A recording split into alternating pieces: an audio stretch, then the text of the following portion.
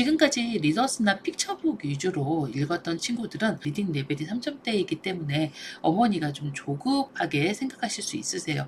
빨리 얼리 챕터북을 읽어야 되는데 왜 우리 아이가 이렇게 못 읽을까라고 생각하시는데, 여기에서요 학부모님이 놓치고 계시는 부분이 하나 있습니다.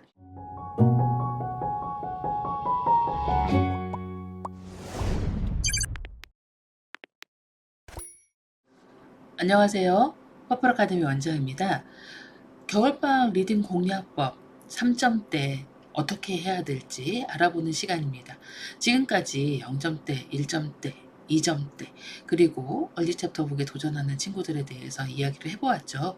그런데 이제 보통 3점대 친구들은 두 가지가 있을 것 같아요. 계속 리더스나 픽처북을 읽고 긴 책은 아직 못 읽는 3점대 친구가 있을 것 같고, 긴 책으로 진입은 하긴 했으나 정답률이 조금 흔들리고, 그리고 아직까지 책의 재미를 못 느끼고 뭔가 내가 조금 더 읽어야 되는데, 우리 아이가 조금 더 집중해서 읽어야 되는데 라는 좀 불안한 구간의 아이들이 있겠죠.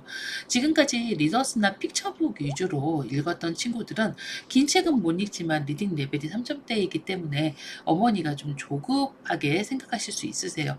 빨리 얼리 챕터북, 2점대 얼리 챕터북을 읽어야 되는데 왜 우리 아이가 이렇게 못 읽을까라고 생각하시는데, 여기에서요 학부모님이 놓치고 계시는 부분이 하나 있습니다. 특히 연령이 6세, 7세, 아직까지 초등 전이라고 하거나 아니면 초등 1학년이라도 아이가 조금 긴 책을 어려워하는데 3점대를 자기 점수로 갖고 있는 친구들은 사실 긴 스토리에 익숙해지는 게 필요합니다. 근데 긴 스토리가요 얼리 챕터북만 있을까요? 챕터북만 있을까요? 그렇지 않습니다.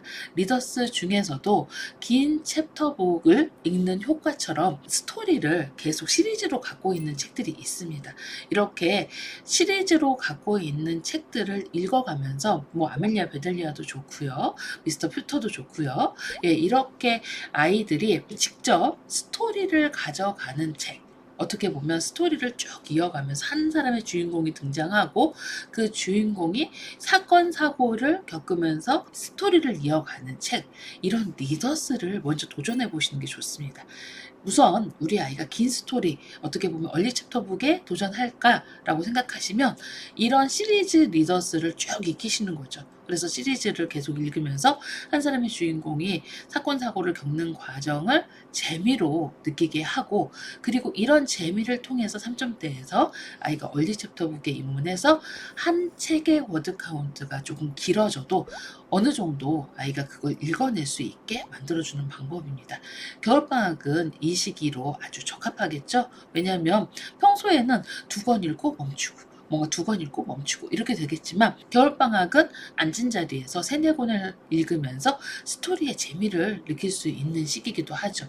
또 후자의 경우 아이가 어느 정도 읽긴 하지만 3천, 4천 이 정도에서 정답률이 흔들리고 제대로 읽지 못하는 것 같고 챕터북에 들어가긴 좀 아직까진 부족하고 3점대에서 구멍들이 보이는 친구들이 있어요. 뭔가 넌픽션이 어렵다던가 아니면 워드 카운트가 3천 이상만 되면 정답률이 60점을 맞는다던가 40점을 맞는다던가 이런 친구들이 있겠죠.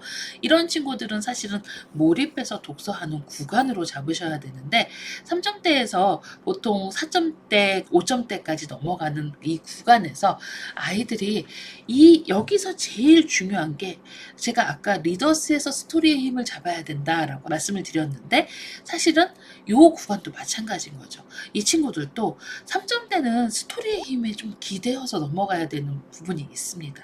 그렇기 때문에 우리 아이가 어떤 이야기를 좋아할까, 어떤 이야기에 흥미를 느낄까를 좀 중심으로 보시는 게 좋습니다. 그래서 사실 많은 책을 아이가 읽으면 엄마 이 책 재밌어 라고 하면 그 책의 시리즈를 사서 쭉 읽혀보시는 것도 좋습니다. 너무 추천도서나 아니면 넌픽션의 비율을 딱딱 자루된 듯이 하면 아이가 스토리의 재미를 느낄 수는 없습니다.